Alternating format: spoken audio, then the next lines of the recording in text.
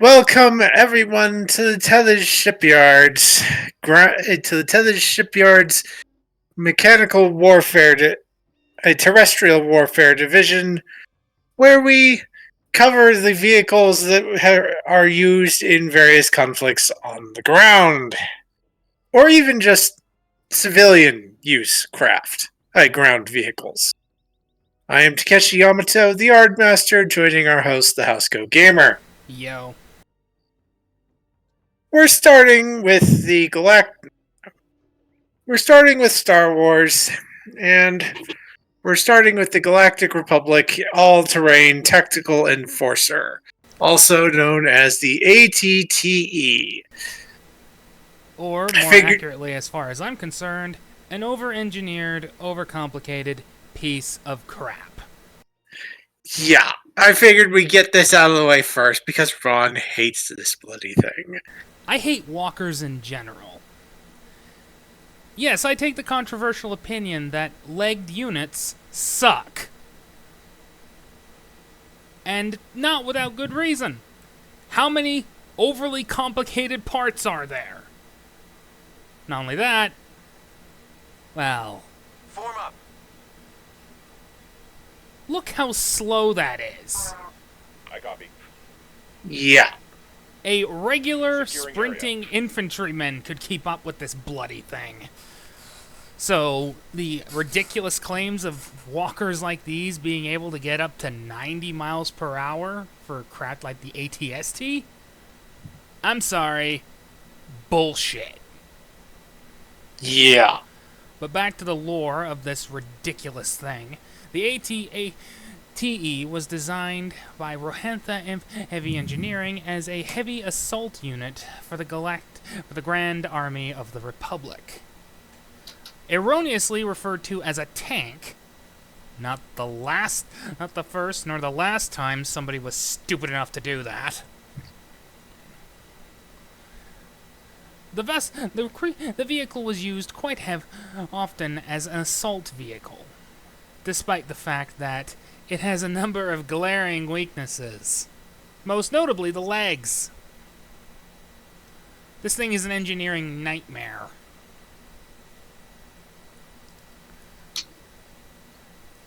Also, the cockpit. The cockpit is a glaring weakness.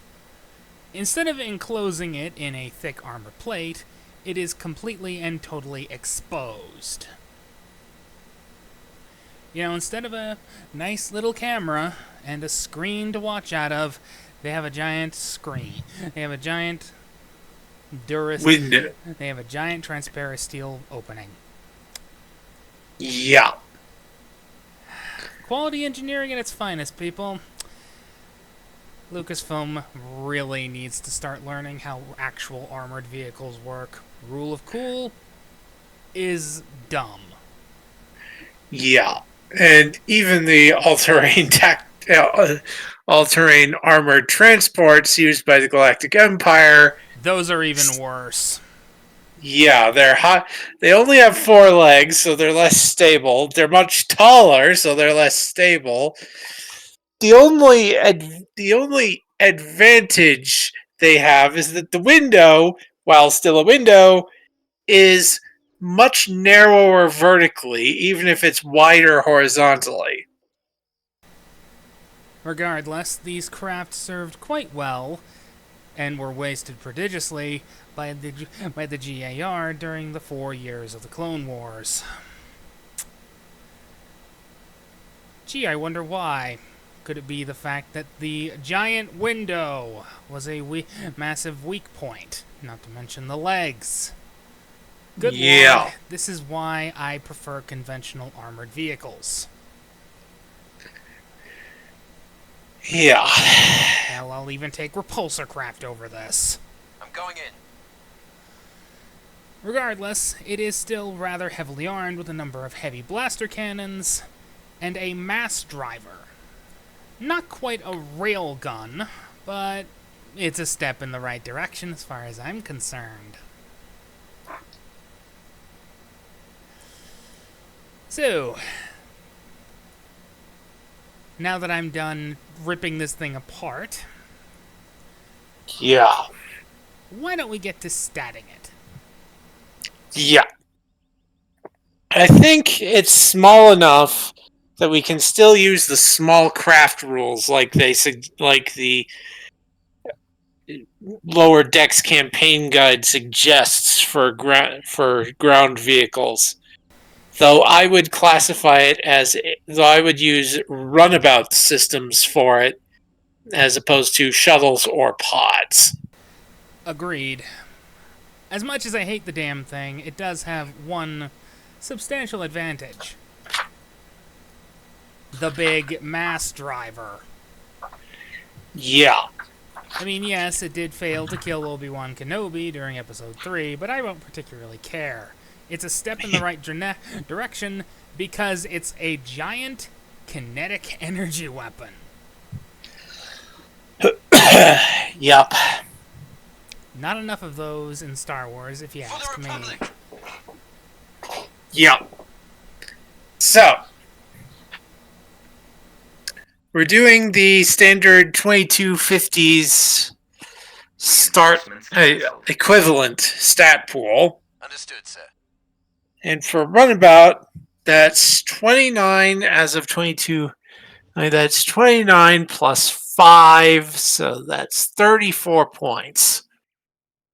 So we can start with 34 points. Start with 5 points in everything. In progress. I'll put an extra point into structure and an extra point into weapons. Probably 2 points in weapons. Comms 5, computers 6, engines 5, sensors 5, structure 6, weapons 7. One more point to spend. I'll stick it in engines for now. Well, engines do provide power, and despite the fact that I despise this thing, again, it's the legs. Yeah. So comms 5, computers 5, engines 6, sensors 5, structure 6, weapons 7. Any other ideas for adjustments? Not really. Okay. Now, for department points, these runabouts have 4, but must have 1 point in con. So I will do that. I will do just that. I will put 1 point in con. I will put 2 points in security and 1 point in engineering. Yes. Gee, I wonder why. I am never going to stop calling it a failure for the simple reason of the fricking legs. Yeah. Alright. Let's see.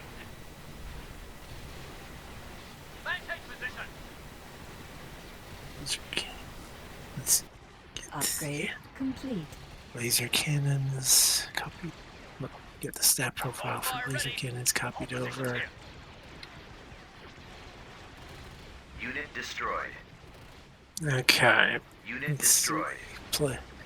Scale plus security plus 2, so that's 6. Okay, so runabouts have space for 2 talents. Reinforcement point contested. I'll give this thing improved hull integrity. Defensive position.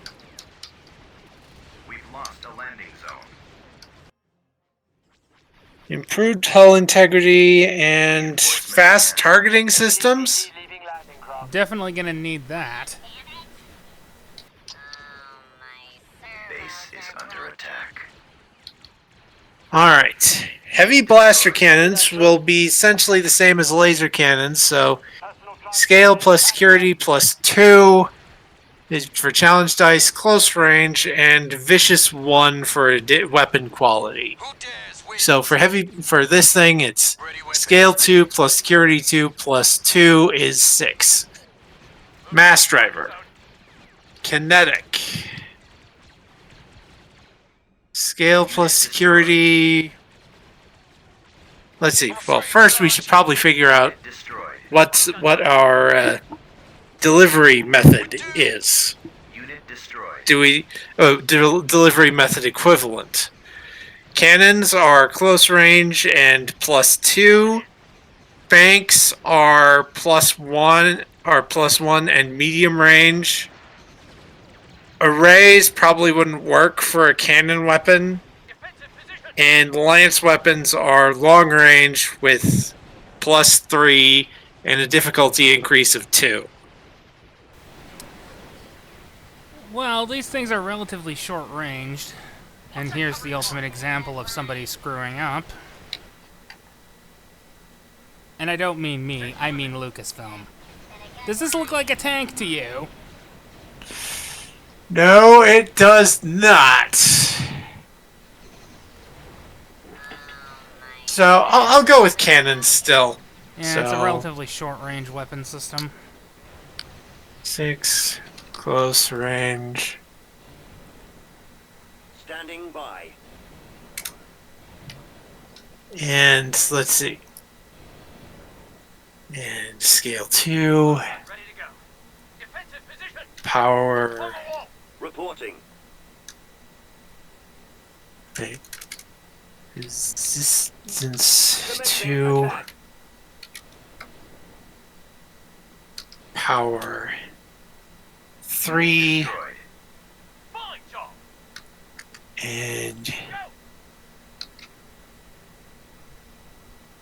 And hull plating 3. That's another thing. Ground vehicles are not going. Ground vehicles aren't really going to have shields. Ready. Most don't. Yeah.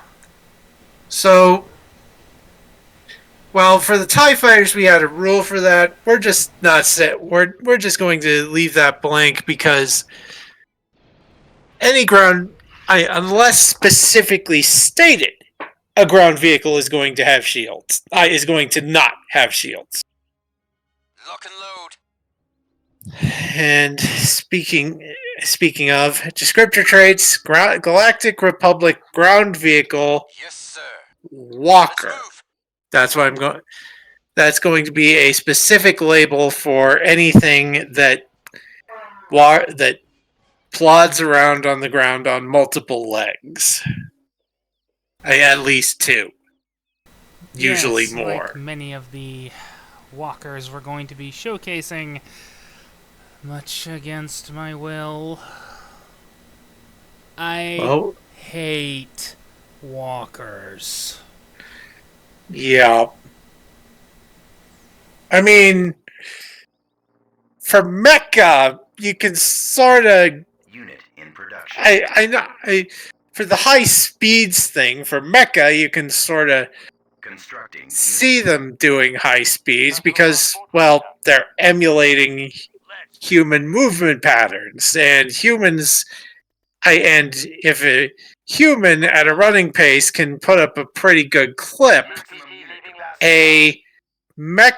a humanoid mecha at top speed could probably go a lot faster Lord, I couldn't kill. simply because it has a longer gait than a human.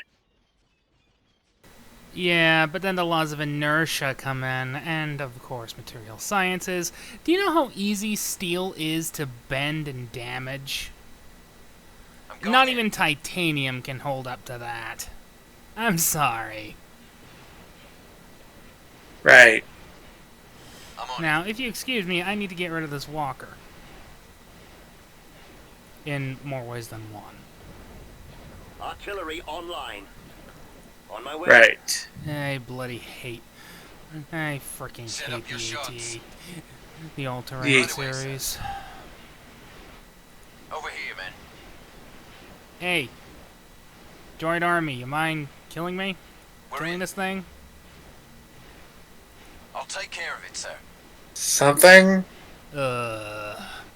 Anything? let's just move on to the next one, which is probably going to be the ATST's direct predecessor. The ATRT. Yep. Bye-bye.